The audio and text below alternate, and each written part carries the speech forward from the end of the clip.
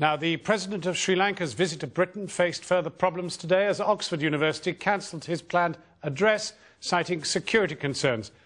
President Rajapaksa's government is being investigated by a UN panel for alleged war crimes during the end of the Sri Lankan civil war.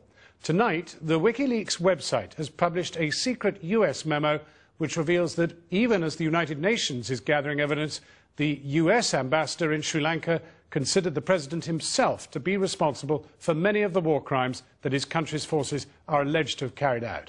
Our Foreign Affairs correspondent, Jonathan Miller, has this report. With the president in town, it'll have been a hectic day at the Sri Lankan High Commission, which organised this private trip, only to have it fall apart. In his speech tomorrow, President Rajapaksa was to have presented his troubled isle as having left the past behind and opened a new chapter. But that speech isn't going to happen. The raison d'etre for President Mahinda Rajapaksa's private visit to London is now gone. On the advice of Thames Valley Police, the Oxford Union speech has been cancelled, apparently for security reasons.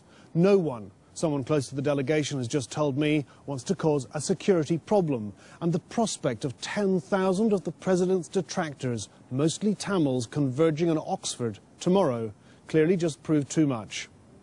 At its heart, this problem boils down to one persistent allegation, that President Rajapaksa and some members of his government stand accused of war crimes. That war ended last year with victory over the Tamil Tigers, but Sri Lankan Tamils and human rights groups claim tens of thousands of civilians were massacred. The United Nations is looking into evidence of possible war crimes, and so are the Americans. Of more than 3,000 diplomatic cables sent by the US Embassy in Colombo, as revealed by the whistleblower's WikiLeaks, Channel 4 News has uncovered one marked secret and dated 15th of January this year, in which the US Ambassador Patricia A. Butenis tackles the vexed question of accountability for war crimes allegedly committed. There are no examples we know of a regime undertaking wholesale investigations of its own troops or senior officials for war crimes while that regime or government remained in power.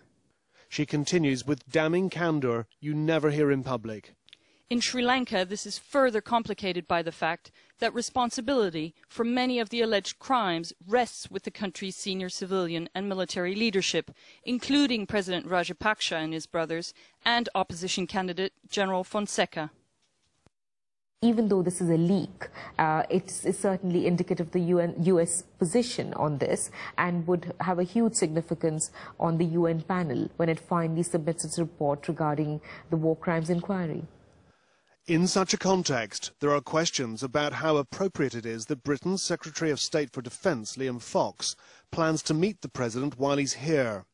Dr. Fox has made 5 trips to Sri Lanka in the past 3 years while in opposition, each one paid for by the Sri Lankan government. The Ministry of Defence told us tonight that their planned private meeting reflects Dr. Fox's commitment to peace and reconciliation in the country. Peace and reconciliation remain illusory in Sri Lanka, as evidenced by President Rajapaksa's hostile reception at Heathrow on Monday. Tomorrow, Tamil protesters say they'll shift their scuppered Oxford demonstration to the streets of London. Jonathan Miller, we've just received a statement from the US State Department which says it cannot comment on the authenticity of any documents released by WikiLeaks. You can find the whole text on our website.